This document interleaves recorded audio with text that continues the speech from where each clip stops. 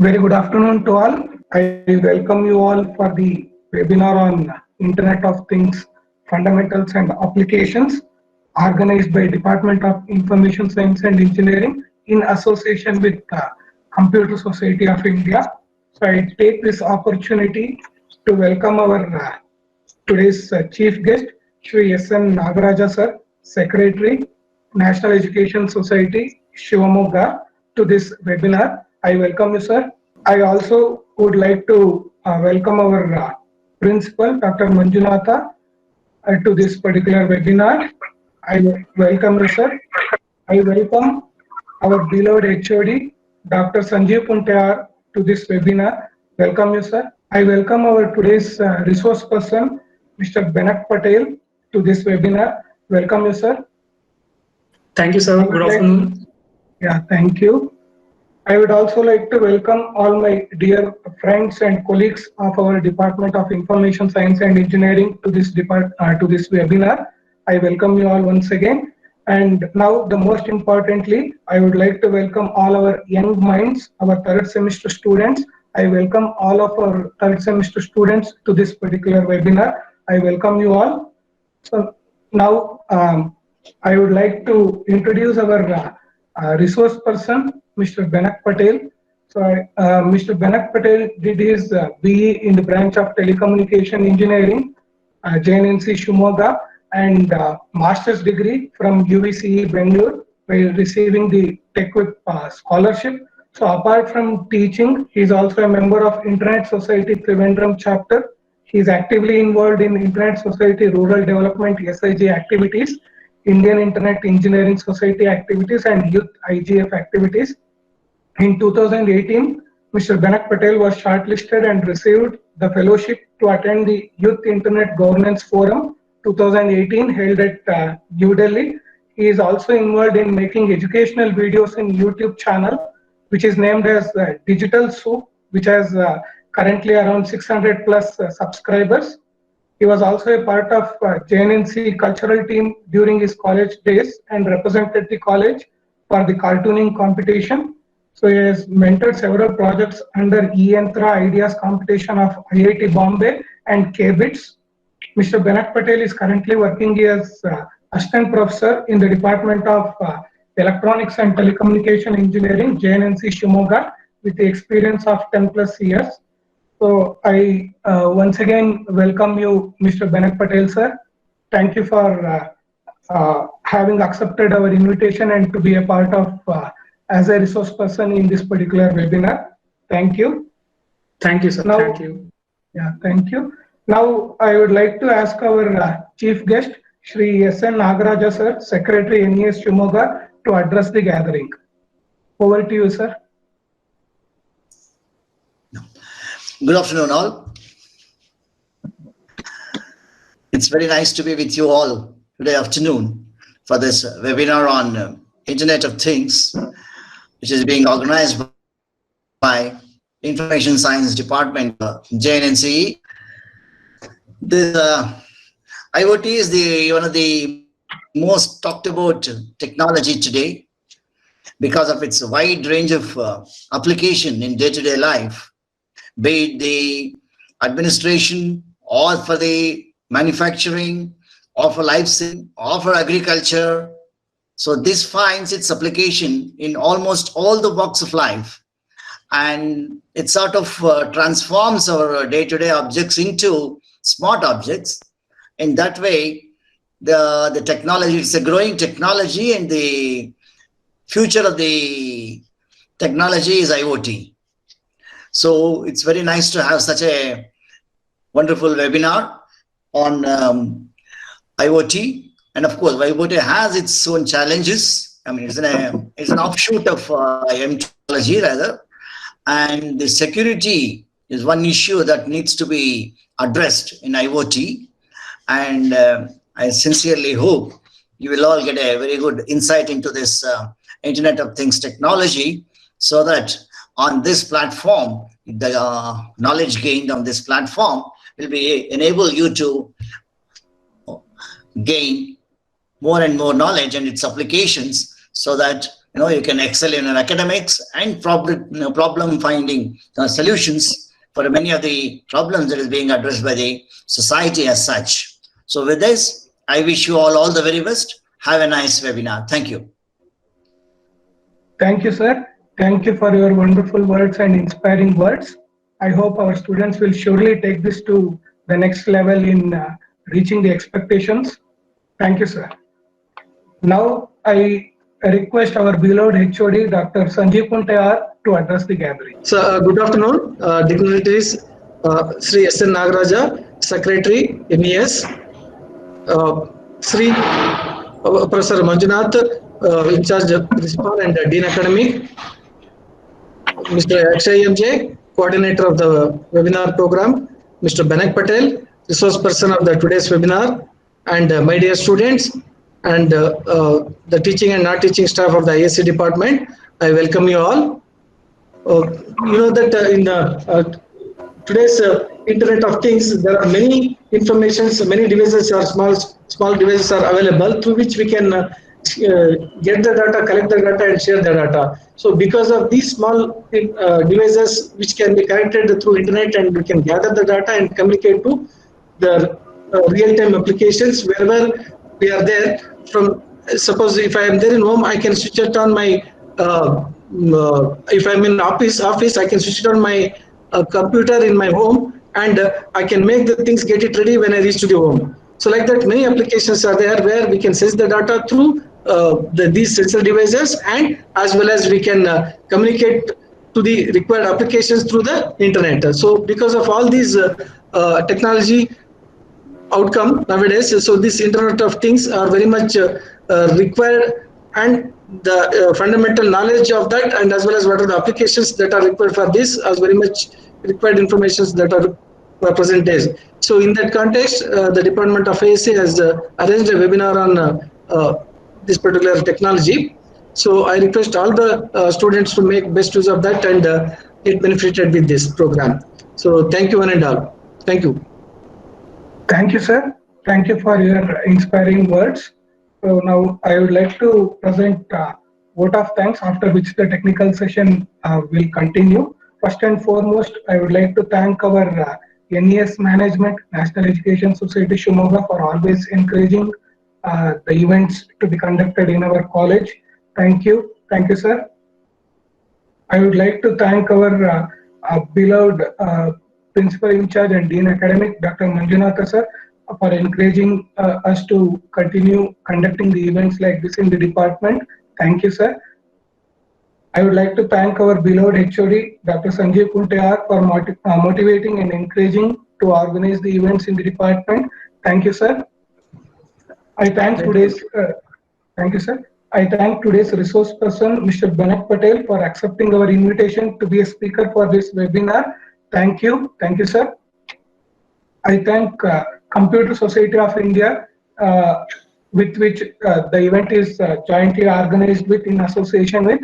Thank you. I thank all the teaching and non-teaching staff of our Information Science and Engineering department.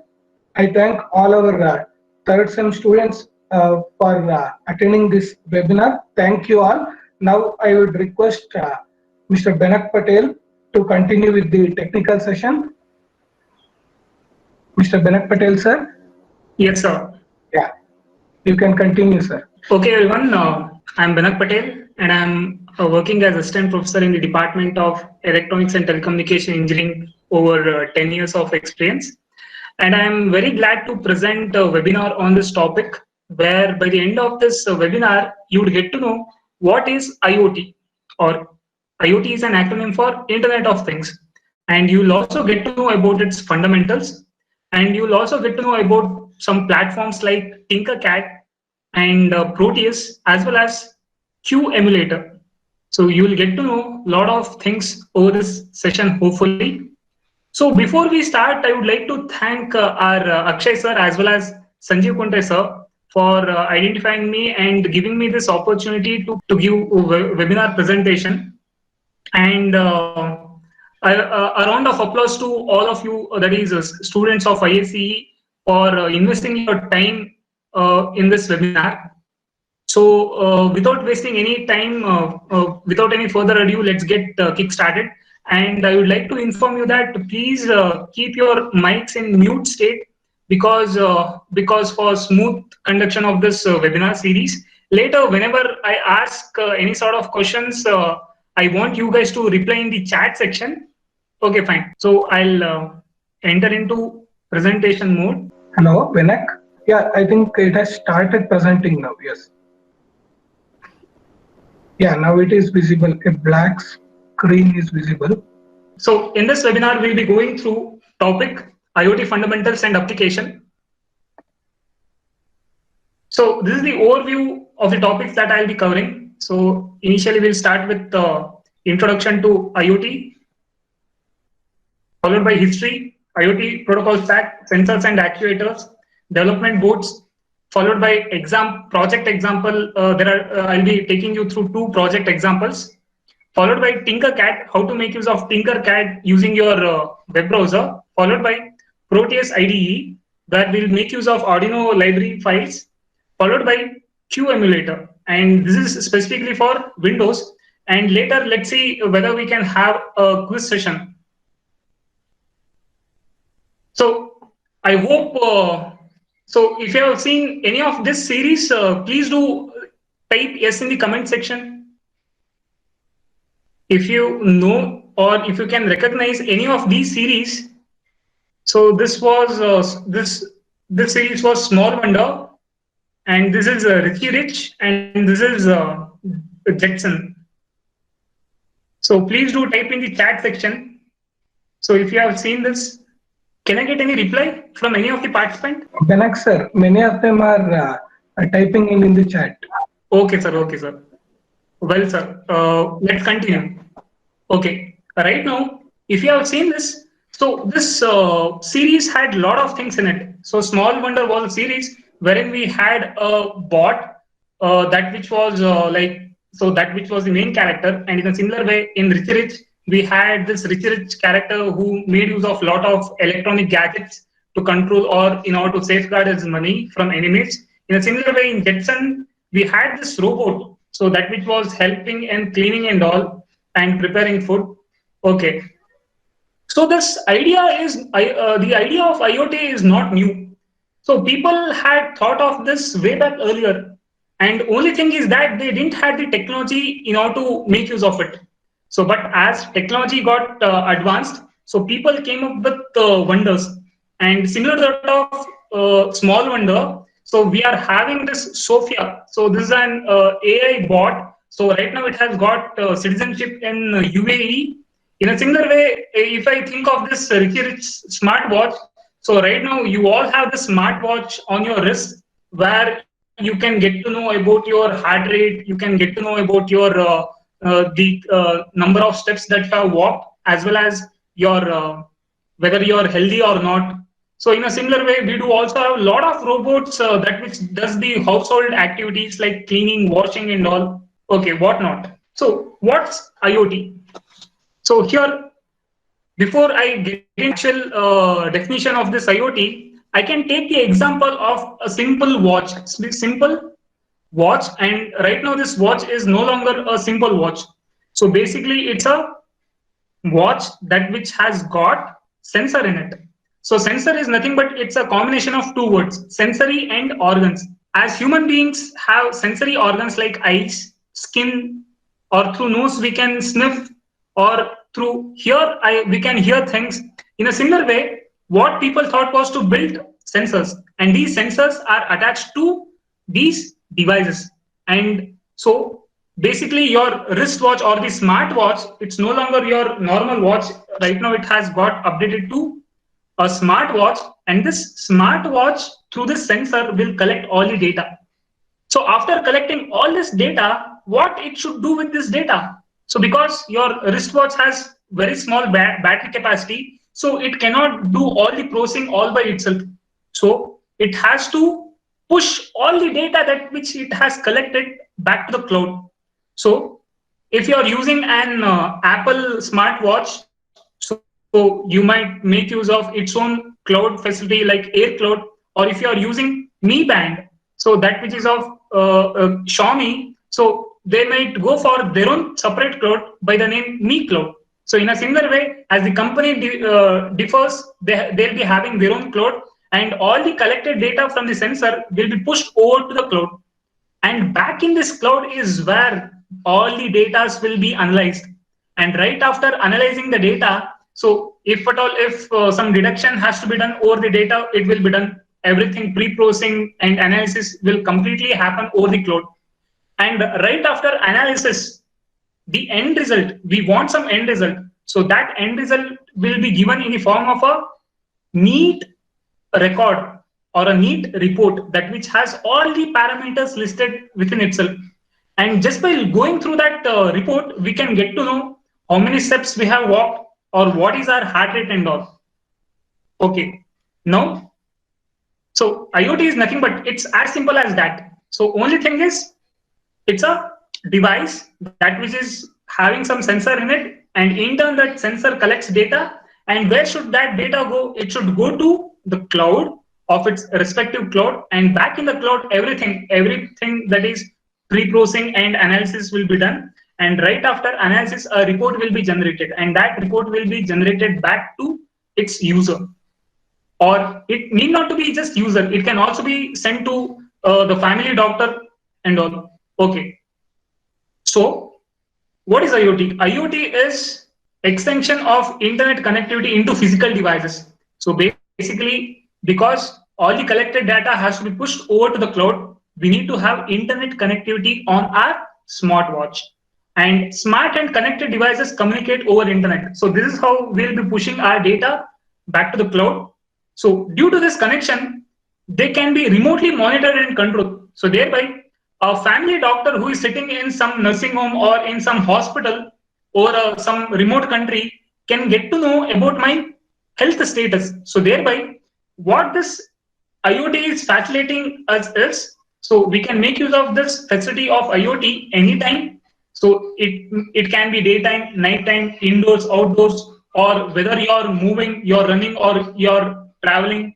So need not be anytime. So irrespective of time, as well as irrespective of place, whether we are indoors, outdoors, so it doesn't matter. So we can access this facility IoT at any place as well as anything. So this communication can happen between a human and a robot, or here I'm trying to use the term robot in place of things, or it can happen between two things, or two devices can talk between each other. They can exchange our data. That is, the same wristwatch can exchange the data, because in order to measure heartbeat, we'll make use of some other sensor, and in order to measure the number of steps that which we have walked, we'll make use of pedometer. So, and these two data can be exchanged together, or the sensors or the devices can talk in between. In a similar way, it can also be between two humans and without using any sort of PC. So IoT gives us some luxury, that is, we can make use of this facility anytime, any place, and anything. So before we start to get to know more about this IoT, so let's go through some historical facts. So as I said, this IoT is not a new concept. So if you're hearing it for the first time, so you're too late, because the world is moving at a faster rate. So as I said, back in those series, back in those cartoon characters and series, we had seen that they made use of a lot of ideas within themselves. So wherein we had some wristwatch like smartwatch, or we had some robot that was cleaning the house. So in context to that, if I'm trying to take you through the history of IoT, so it all started somewhere around 1800. So wherein our very first electronic devices were created, including fax machine, telegraph, and radio. So you might have seen how exactly a fax machine works, as well as a telegraph. So telegraph makes use of Morse code in it, as well as radio. So somewhere in the year 1000 or 1800, it all started. And somewhere, so in the next milestone was in the year 1926, where Nikola Tesla, the Great, envisions a wireless interconnected world. When wireless, so he tells that when wireless is perfectly applied to the whole world, the earth can be connected to a huge brain. So basically, if everything is connected together, Nikola Tesla, he envisions that, so this will act like a huge brain. And so basically, Nikola Tesla laid the foundation for this wireless networking and all. And followed by, in the year 1989, Tim Berners-Lee proposed World Wide Web. So this is what is abbreviated as WW. So this is about, and these are the three historical milestones. Now let's proceed to the fourth milestone. And the fourth milestone happened somewhere in the year 1990, where people invented first connected machine, that is a toaster and a drink machine. So usually in the foreign countries, they'll have for breakfast, they'll have bread toast and they'll have a Coke. So they had, so somewhere in the year 1990, so they had the very first connected machine. Followed by, in the mid 1990, so the rise of internet led to more experimental devices like Trojan room coffee pot is a famous milestone that which led to the invention of webcam. So very near to the Trojan room, they kept a coffee pot, and in order to inspect that coffee pot, they had this Philips company camera attached to that coffee pot, and this led to the invention of webcams. And in a similar way, in the same year, in the mid 1990s, they had a project called as InTouch project. So InTouch project is nothing but communicating with people, so or interpersonal communication over touch. So haptic is something that which is related to touch. So we call this technology as haptic technology. Let's say if you want to buy something from Amazon, let's say you're because we are having festive season right now. What if, let's say, you want to buy a sari, or if you want to buy a clothing shirt or a trousers? So what you would do is you would just have a picture of that thing. But what if you can even touch that? So it's all possible because of this improvised haptic technology. So the haptic technology is so improvised that I can sit in any corner of the world and I can feel the fabric. So this is called as haptic technology. So it all started with InTouch project. Followed by, in the year 1999, so we had our next milestone where Kevin Ashton coins the terminology Internet of Things and founds MIT Auto ID Center. And one of the co-founder of this MIT Auto ID Center was our own Indian Sanjay Sharma. So he contributed a lot to the RFID technology. So MIT is Massachusetts Institute of Technology. So wherein they had this lab, so that wherein that lab was specifically used to create new IoT products. And this MIT Auto ID Center is so famous that this has led to a lot of IoT products or newer inventions.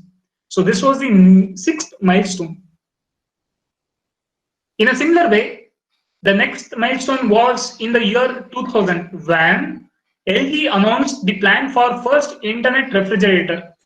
So why do I need to connect a refrigerator with internet? So any answers? Can I expect any answers? Guys, can I expect any answers? Why do I need to have a refrigerator connected to internet? Can you please type in the comment section?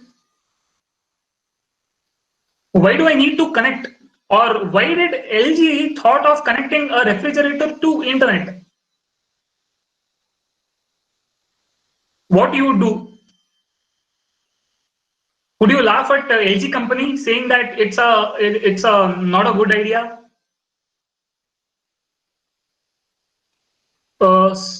Shamant, so that it can interact with the user wirelessly. And have you thought of this situation wherein, let's say, any guest will visit your home, and at that moment of time, you won't be having milk back at your home, and your mom says, well, will order you to go and get the milk from the nearby ATM or the dairy. So what if I'm having my refrigerator connected to internet such that there is a sensor that which senses that there is no milk left in the refrigerator and will automatically book a order to the dairy, and the person, some packaging person will come up with the milk. So how good is that? So basically LG thought of this to notify about the temperature and storage. Yes, that's also the right answer, things inside. So because we need to maintain some specific temperature for vegetables, as well as because if that temperature is not maintained, it might lose its nutritional value. Okay, well, let's continue. So thereby, LG announced plan for its first internet refrigerator. Okay, then the next milestone was in the year 2002, where Ambient Orb was released by a company, Ambient Devices. And this Ambient Orb actually is a very small device that displayed the weather report based on the internet data. So it was a very small sphere kind of device that which had a display in front of it, and it was displaying the financial status as well as some weather report, and that weather report was getting fetched from the internet.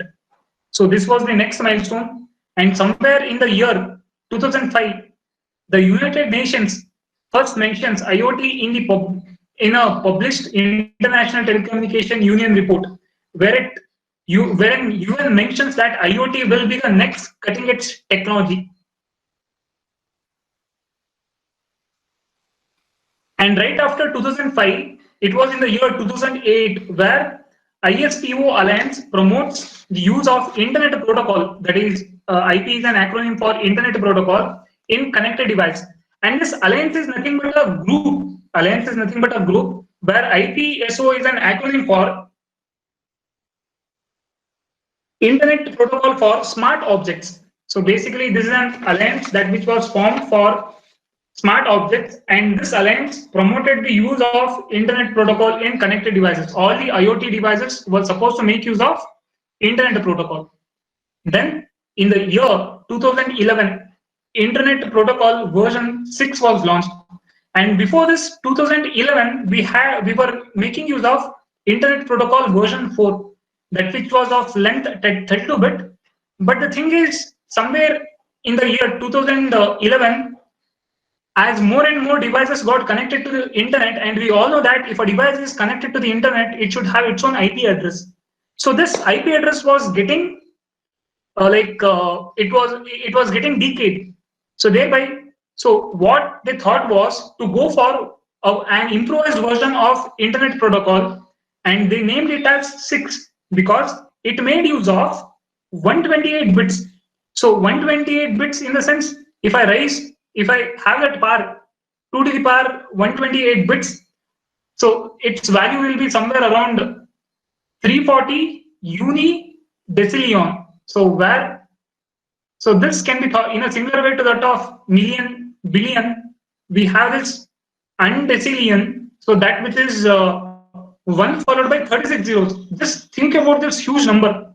So just by using this Internet Protocol version 6, we can have this very huge number, such that we can assign lot of IP address to any number of devices, but still we'll be having. And it's been said that even I can assign IP address of version 6 to each and every atom in this earth, and still I'll be left out with some more unique IP addresses of version 6. So this was a huge achievement. So IPv6 was launched. So before this IPv6, we had IPv4, and this IPv4 got obsolete. Okay, fine. So these are some of the historical facts.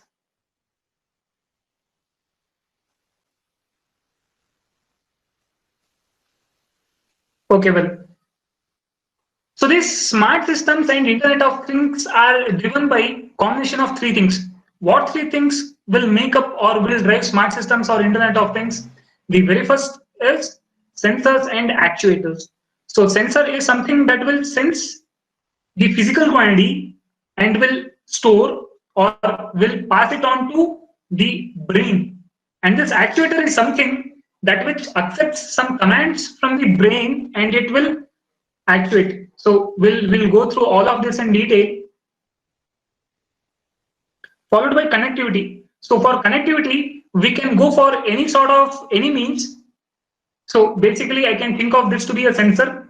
Sensor will collect data and in turn it will pass it on to this through connectivity, because all the devices are in turn connected over www.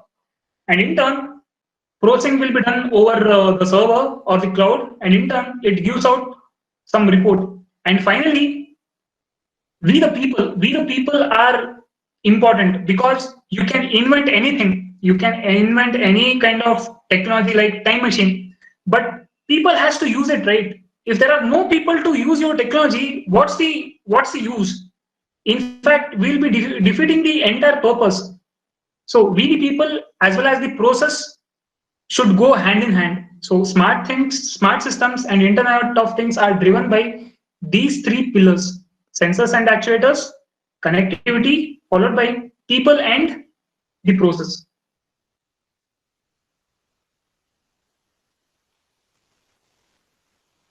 So to be very specific, this entire thing started with something called as WSN, wireless sensor networks. This entire thing started with something called as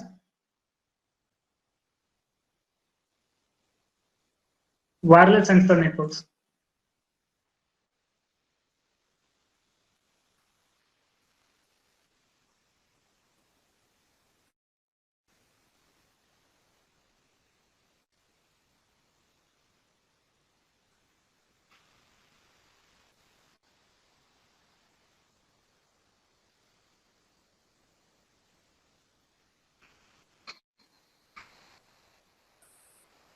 So where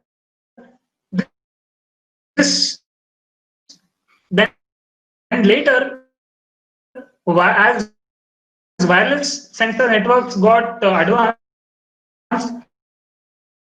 this led to IoT, that which is Internet of Things,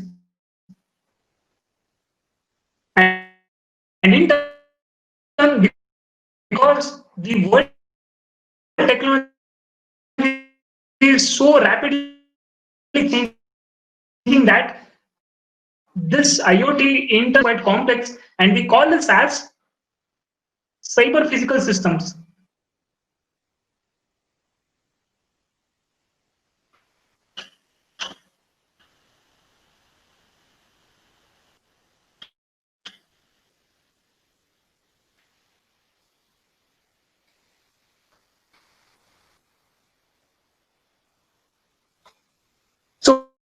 So back in wireless sensor networks, it's trying to collect the data. So this data were acting in a coordinated, just collecting data, and they were working in a coordinated manner. So like the head node or the branch nodes and all. But later, this IoT came, and IoT is nothing but again collection of data. But right after collecting this data, that data is getting pushed onto the network or on the internet. So this IoT is collection of data in a connected manner, same data onto the cloud, and after pushing the cloud and right after analysis, we'll be getting some nice report where it mentions all the parameters that which it was used for. Okay, so in a similar way, let's see what is this cyber more complex. So I can think of human, because we all know that this human body is not a easy engineering. So it's a very complex system because it has a lot of systems in it. Back in our school days, we might have studied like there are a lot of systems in it in our human body, like digestive system, respiratory system, as well as excretory system, reproductive system, and all these systems are overlaying on one another. So thereby, we can think of this human body as an, like, I'm trying to give you an analogy of complexity. Likewise, if I think of a huge system, if I think of a huge system like aeroplane,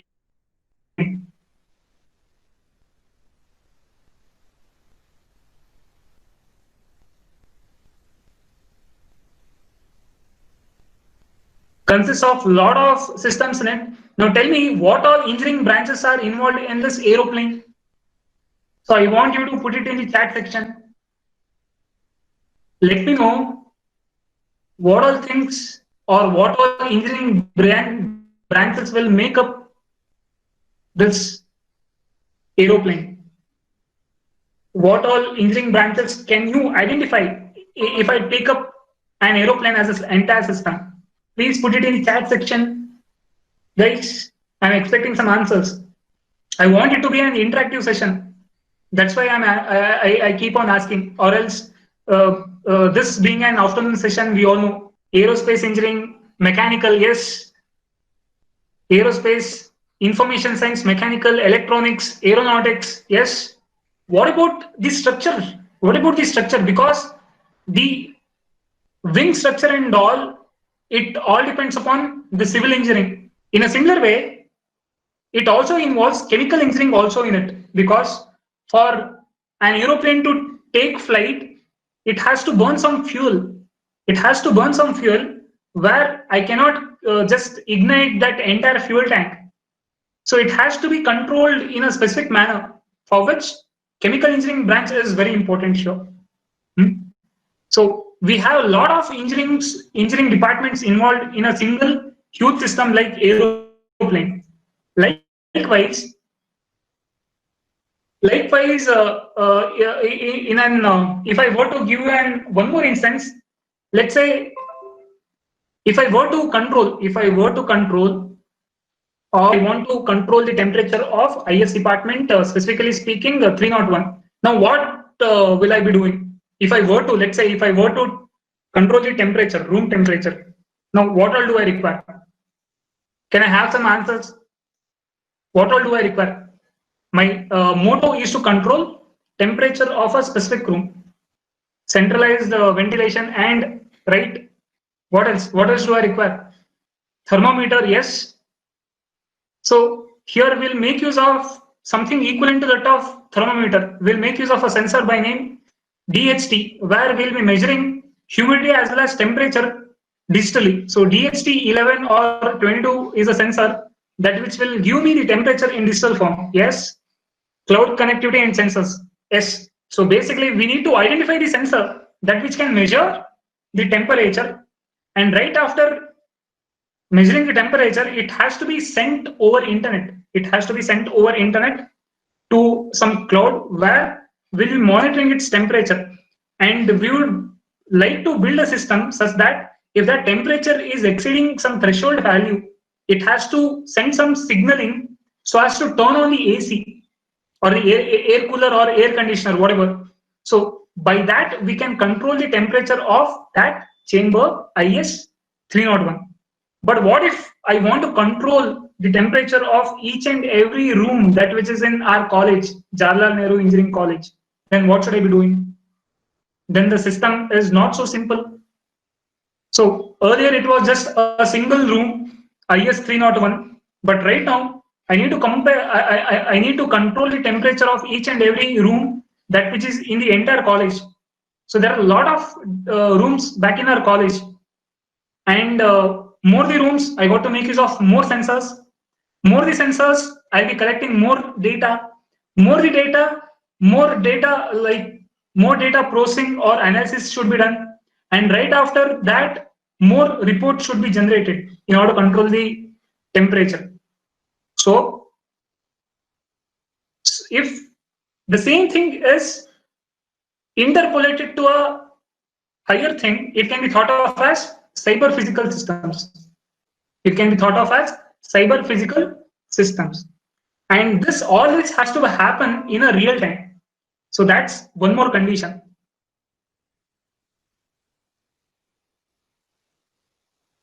So there are a lot of sensors and actuators.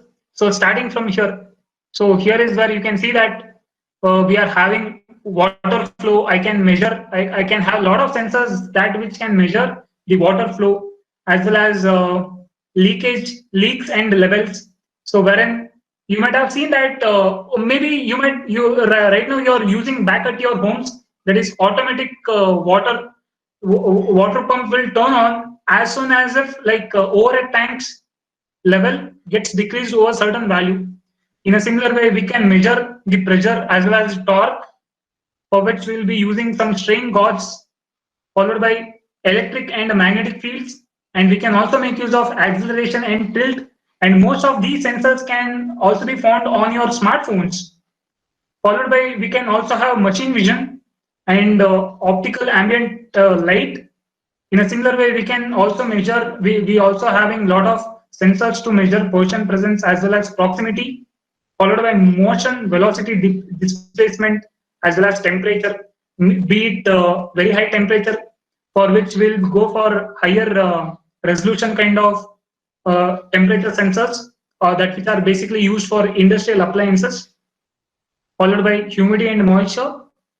So I'll take you through one of the projects that which we had done wherein we were trying to measure the humidity or the moisture back in the air, followed by acoustic or sound vibrations. So as well as actuators. If you want to, like, we can go for a lot of motors. By using these motors, we can actuate things. So this is about sensors and actuators. In a similar way, we are having connectivity. So in connectivity, so right after this sensor collecting all the data, it has to push it to the internet. Somehow I got to get connected to internet. So how can I get connected to internet? I got to make use of some kind of signals. And these signals are like, it can be power line Ethernet. So this is an advanced technology. This is an advanced technology wherein I'll be getting internet right from the power line itself. Followed by, I can go for RFID, radio frequency identification, followed by NFC, near field communication, or I can make use of 6-low PAN, 6-low power wide wireless personal area network, or I can make use of Zigbee waves or Z waves. I can make use of Bluetooth.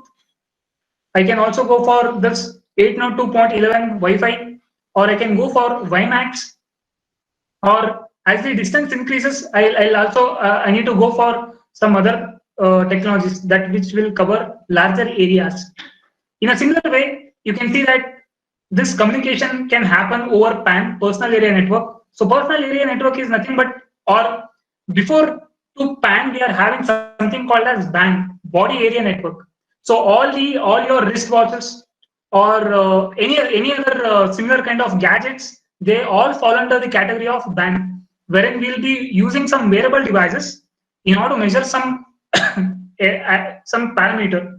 And after BAN, we are having PAN. So that which will be sensing over some distance, followed by local area network, followed by metropolitan area network, then followed by wide area network. So this is about connectivity. By making use of all these signals, I can get connected to internet, or by connecting into internet, I can push my data that which I'll be recording.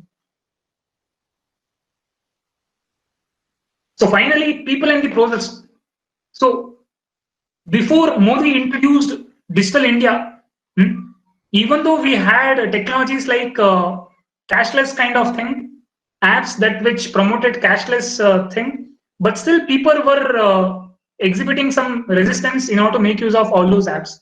But later, when we were actually forced to make use of such kind of apps, so people started using. So ultimately, it's the people as well as the process that which actually drives the technology. So if there are no people using that technology, it's of no use.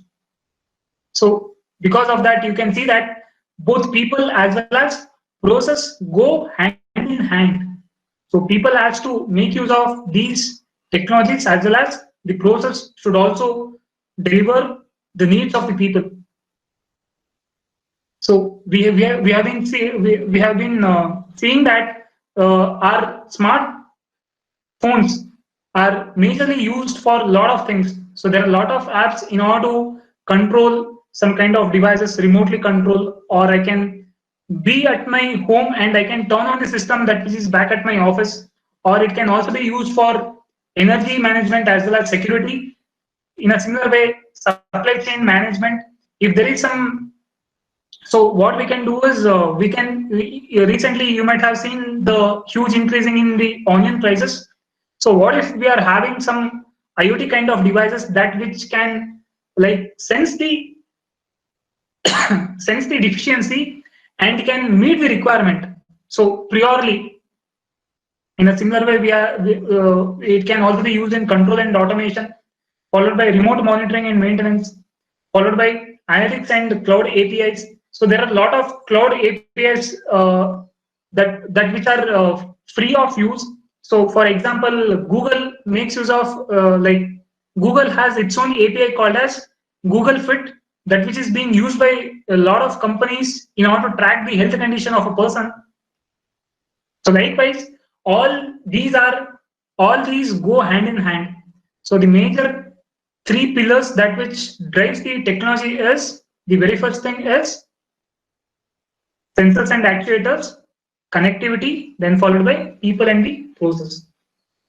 So for instance, if I take up industrial revolution, so industry revolution has gone through a lot of phases.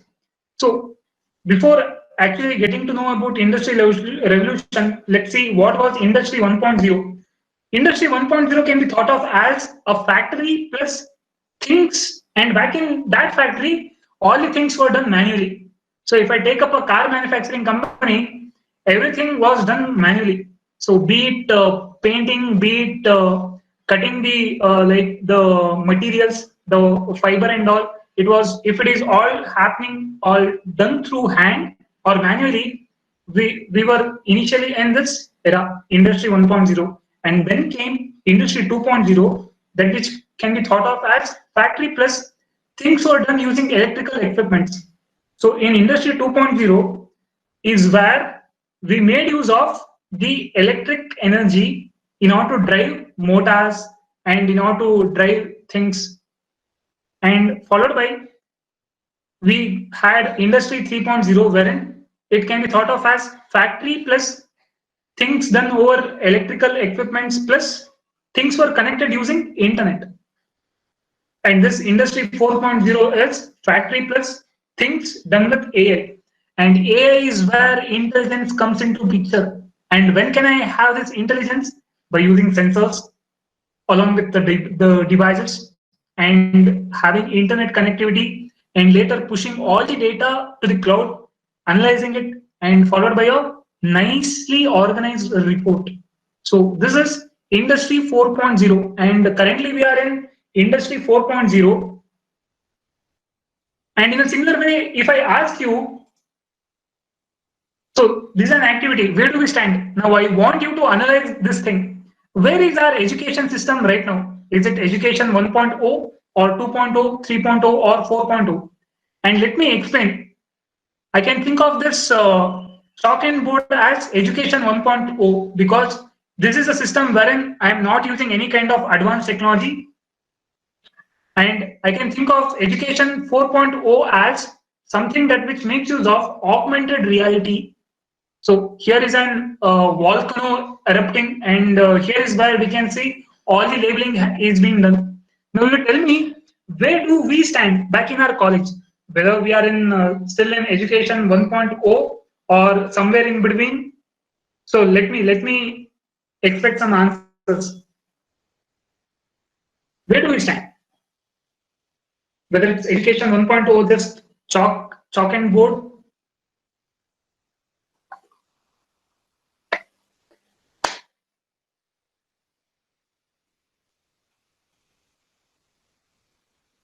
Guys, I need some answers. Where do we stand? Is our education system still lagging behind? What are your opinions?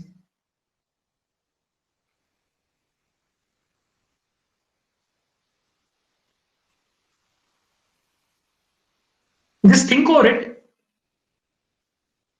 Due to COVID, it's the entire thing, the entire scenario is changing. So right from our blackboard or the whiteboard, we have shifted and we have been using modern technologies in order to educate our children. So right now we are obviously we are not still in education 1.0, but still we haven't moved to augmented reality. So because we are not using augmented reality back in our classes, so we are somewhere in between. We are somewhere in between, and obviously we are making use of internet. So if something has internet involved in it, it has to be 3.2. So we are somewhere in between 2.0 and 3.0. So still our education system has to improvise a lot. Okay, well.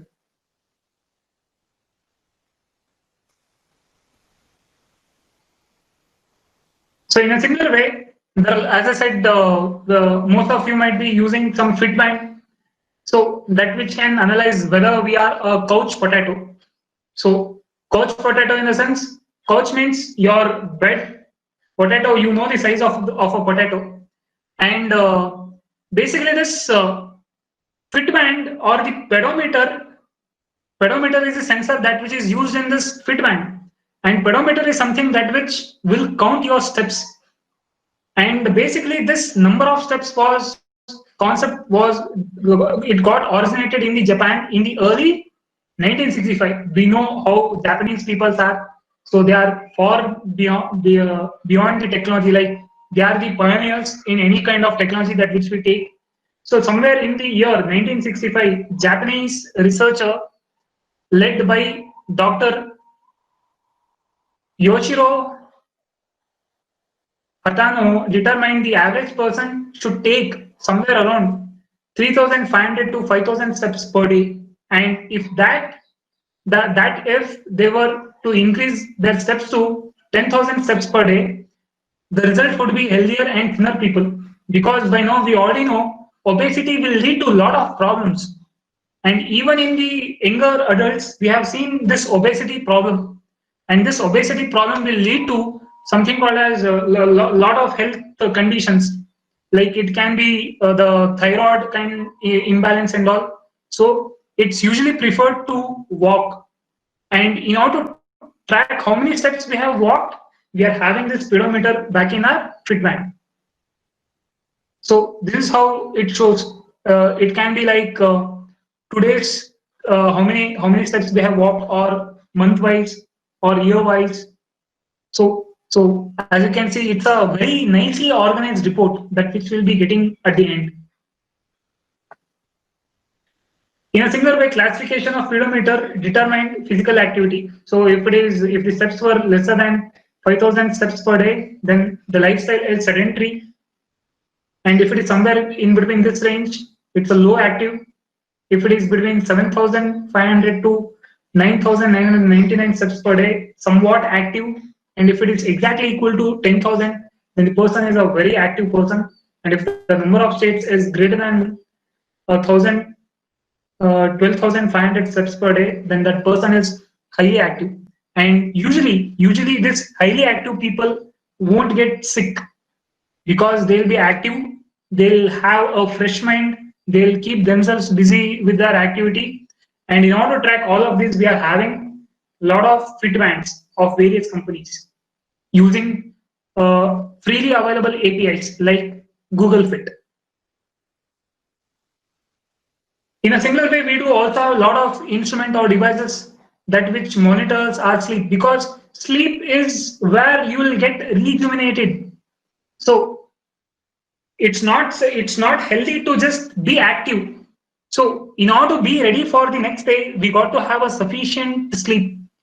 So because of this sleeplessness, people will take sleeping tablet and all. So that's not good for your health. So thereby there are a lot of sleep tracker wherein it actually counts the quality of our sleep. So you can see one of such device is Fitbit Flex. So this is basically an American-based company that which fitness company that which launched this Fitbit. So and this will study your sleep patterns and all. In a similar way, if I think of this years, so somewhere in the year 2003, the world population was somewhere around 6.3 billion, and the number of connected devices was somewhere around 5,000 million. So number of connected devices per person was just 0.08, but somewhere in between something happened. Somewhere in the period 2003 to 2010, you can see that there is drastic shift in this number. So the number of connected devices it got shooted up to 12.5 billion, but the world population was still somewhere around 6.8. And in fact, we had more number of devices connected than the population. So in fact, it was somewhere around 1.8. And by the end of 2010 or by 2011, we got IPv6. So why did we migrated from IPv4 to IPv6? Because of this increased connected devices. So there was no IP address available, unique IP address available. So thereby we shifted from 32-bit IPv4 to 128-bit IPv6. And still you can see that this number is increasing hugely when compared to that of our world's population. So thereby there are a lot of devices which are getting connected more than people.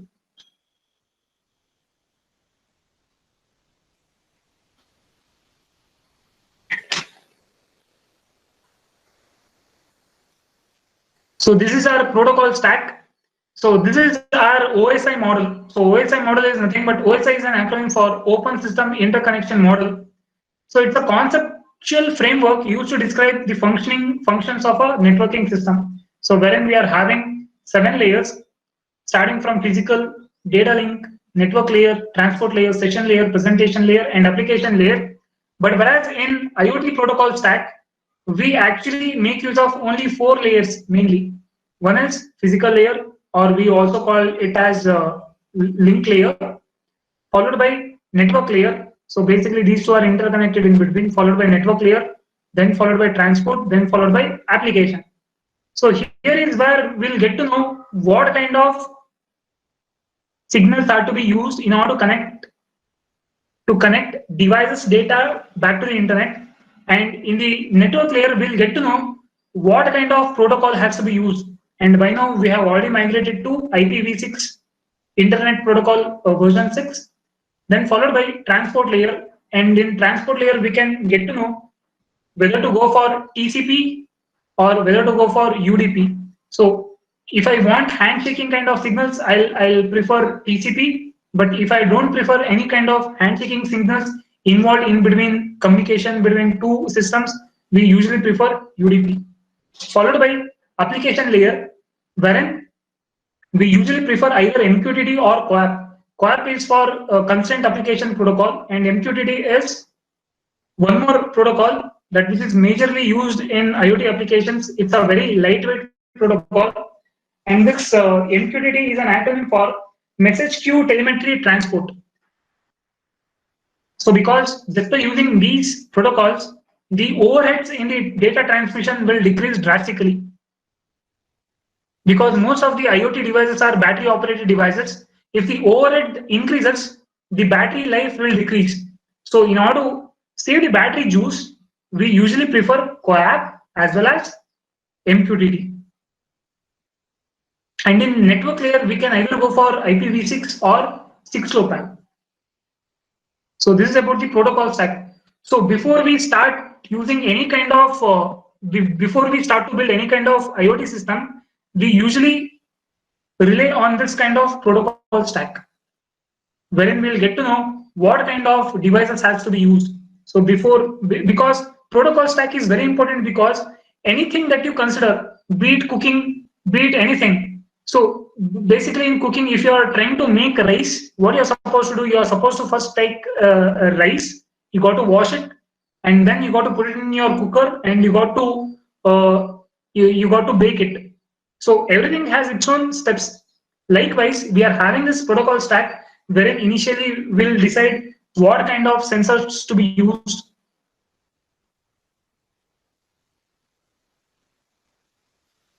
So here we'll get to know what kind of sensors to be used, followed by what kind of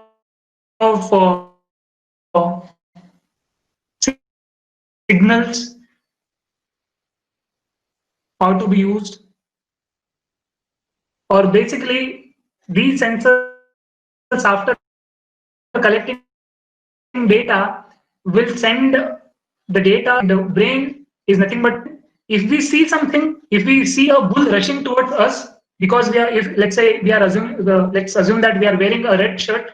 What do you do if you see a bull rushing towards you? Will you pamper it, or will you do puja to it? No, you have to sense some danger, and that danger is sensed back in our brain, human brain. Likewise, for these sensors are has to be associated with microcontrollers, so that which can process the things or the data that which has already been gathered by the sensor. And later we got to have something in between. We got to have something that which connects in between sensor as well as microcontroller, and we are having lot of interfaces like USB.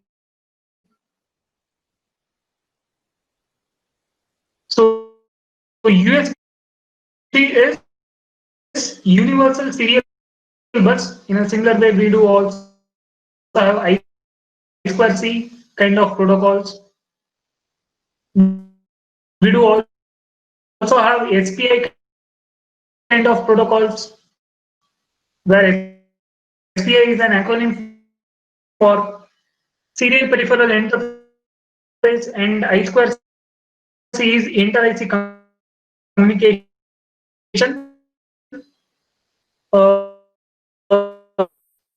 So these things act like interfaces between sensors and microcontrollers.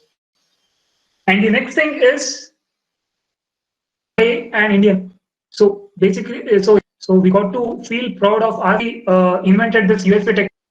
So this is how, and the other thing is, this microcontroller has to in turn pass that data to internet or to the cloud. So because this microcontroller has to pass it on, so it will make use of some kind of signals, and back in the cloud, it is where the processing and all will happen. And let's say I'm trying to, let's say I'm trying to chat. Let me take an example of your Facebook Messenger. This one. So if I'm sending hi, it has to be received as HI. It should not happen the other way around, IH. So all these things will be controlled as an end user. As an end user, his job is to use, and it's not his job also to know about all these underlying technology. It's the job of we engineers. We as engineers should get to know about all these layers in detail, what these protocols actually do. So it's actually job of the engineer. So before we come up with any kind of IoT system, we have to go through this protocol stack in detail.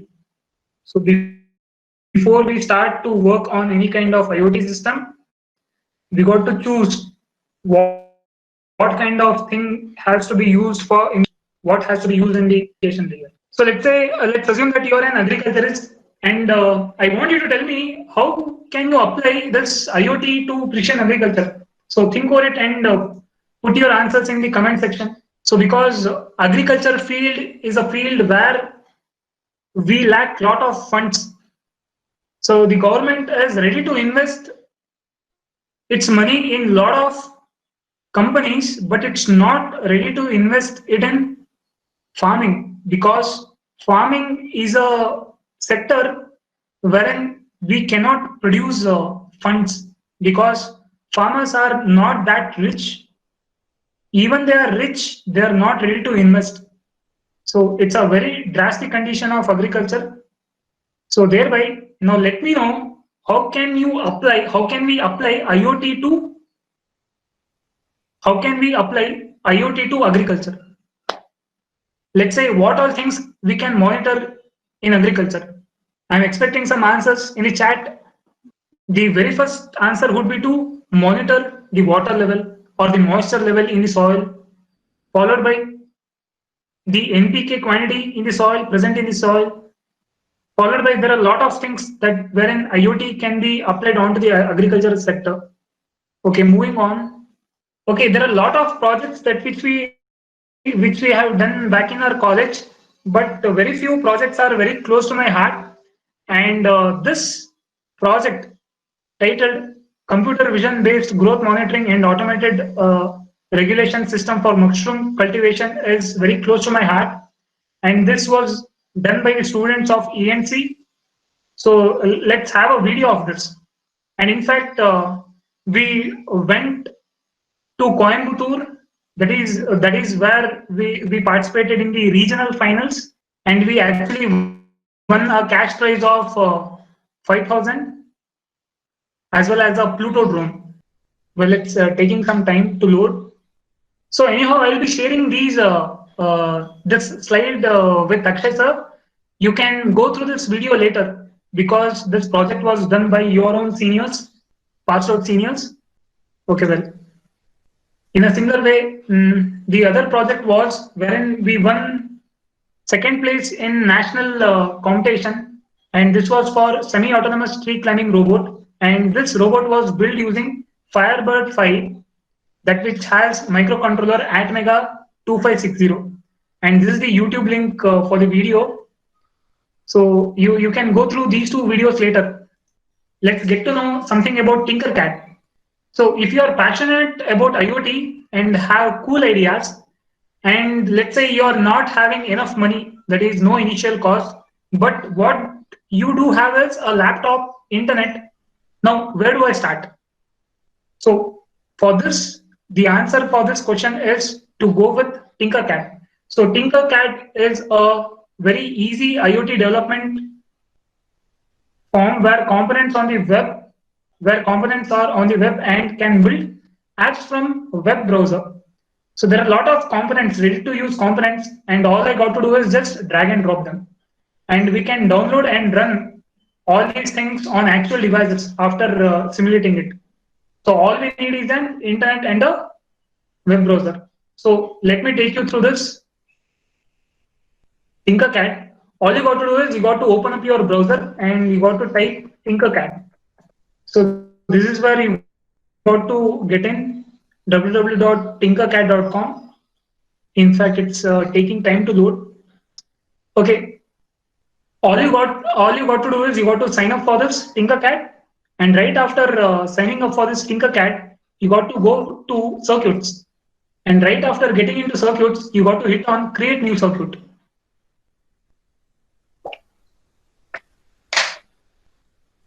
So this is the space wherein we will be building our circuit, and this is where we are having all the components. You can scroll all the way down and you can go through all the components. There are a lot of components which are available.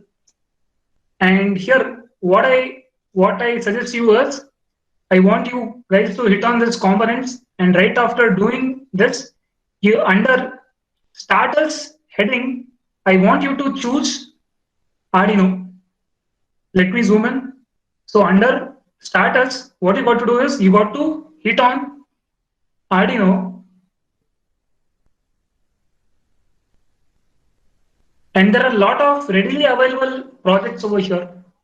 And let me select this blink. All I got to do is drag and drop this circuit onto this workspace. All I got to do is I got to left click this and drag and drop it over to my workspace. So here is where you can see that right now I got my Arduino Uno. So let me zoom in. So this is my Arduino Uno board, and this is where I'm having my LED. So here you can see that the ground pin is being connected to negative terminal of the LED, and the positive leg, the longer leg is the positive leg of the LED, and gets connected to pin number 13 of the Arduino board. And this connection is done over a current limiting resistance. So now what I'll do is, in order to run this circuit, so this is an blinking LED program. In order to run this program, all I got to do is I got to hit on this start simulation. So just hit on this start simulation, and you can find this LED blinking. Let me zoom in. So you can see that the LED is blinking. On the other hand, if you carefully observe, I'm having onboard LED that is also blinking. So in fact, this onboard LED is also connected to pin number 13 internally. Now, if I want to see the code of this, because you being information science branch students, you are supposed to pay attention on this coding. What I can have is I can either go for block level kind of coding. So this block level kind of coding is suitable for non-programming branches, but you being belonging to programming kind of branch, so you don't, we usually don't prefer blocks for CSE students as well as ISC students. So hit on this drop down menu and you got to select text. Hit continue. And this is where you can find the sketch. We'll not use the term program, but instead of program, we'll make use of the term sketch, because the Arduino programming makes use of a structure that which is derived from a software by name processing. And basically processing was used for animating. So thereby it is called as, this sort of programming is called as a sketch. So if you carefully observe this sketch, it has two functions. One is word setup, the other one is word loop. So basically in word setup, that which executes only once in the beginning of the program execution.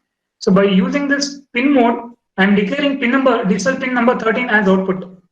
And word loop is something where execution happens continuously, wherein I'll be making this pin 13 as high for 1 second delay. So delay is a function that which produces. So this is a function calling statement that which accepts the arguments like this, and this argument is usually in terms of milliseconds. So 1000 milliseconds is equal to 1 second. And so we'll have this pin number 13 in high condition for 1 second, and right after that, I'll switch it back to low. And we'll make it to be in low state again for 1 second. And this process keeps on repeating. So as simple as that. So now what you can do is you can either download this code just by hitting on this download button, and you can, if you have bought Arduino Uno or any of its clone, you can directly make use of this code onto that Arduino Uno. In a similar way, we are having a lot of examples. All you got to do is you got to go to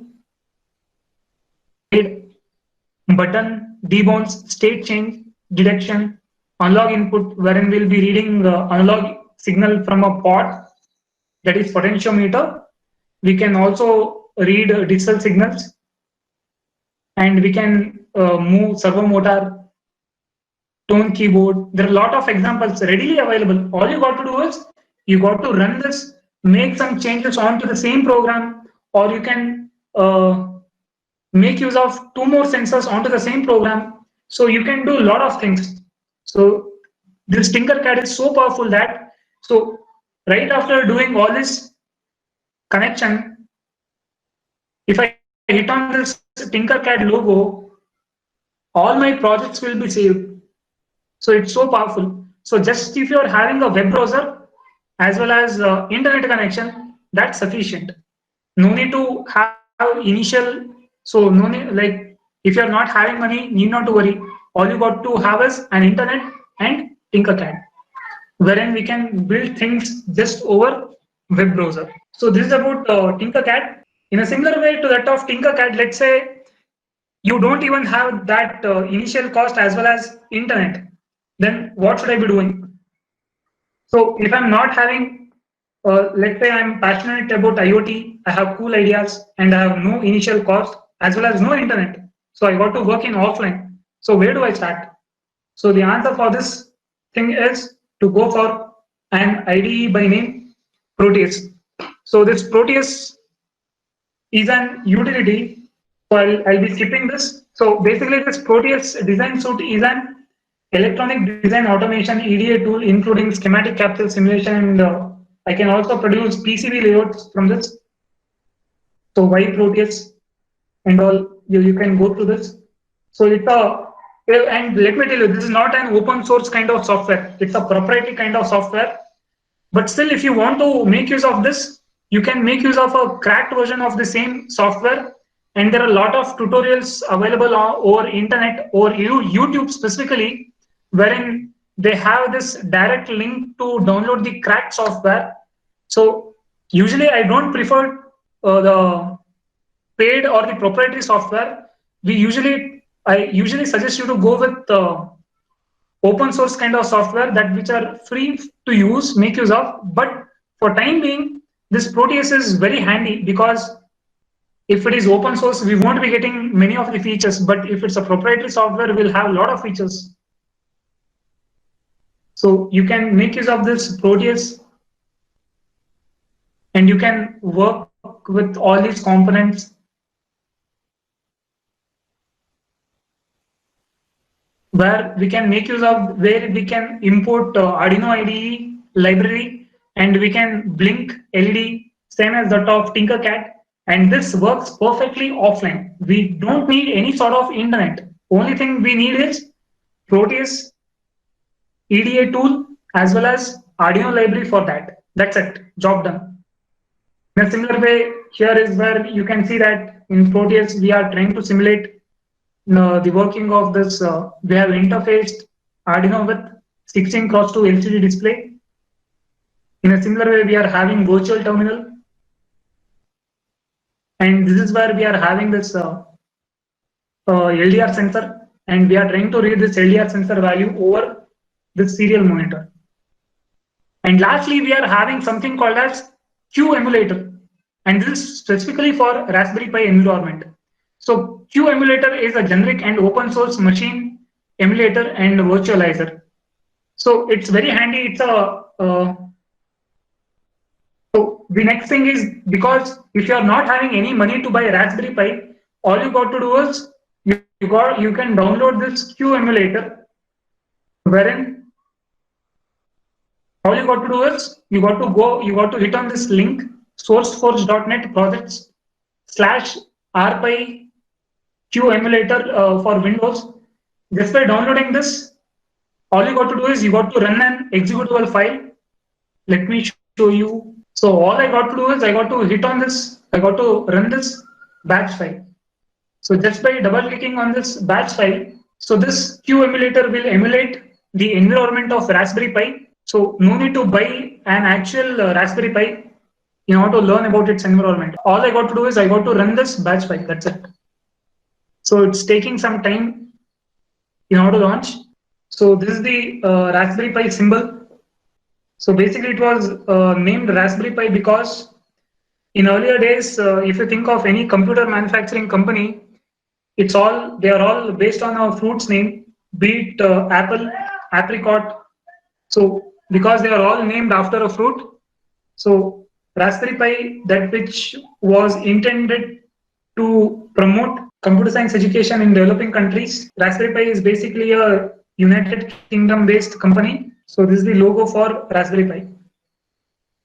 And we are having a lot of versions in Raspberry Pi, starting from Raspberry Pi 0, Raspberry Pi 2, Raspberry Pi 2B, followed by Raspberry Pi 3. Now we are having Raspberry Pi 4.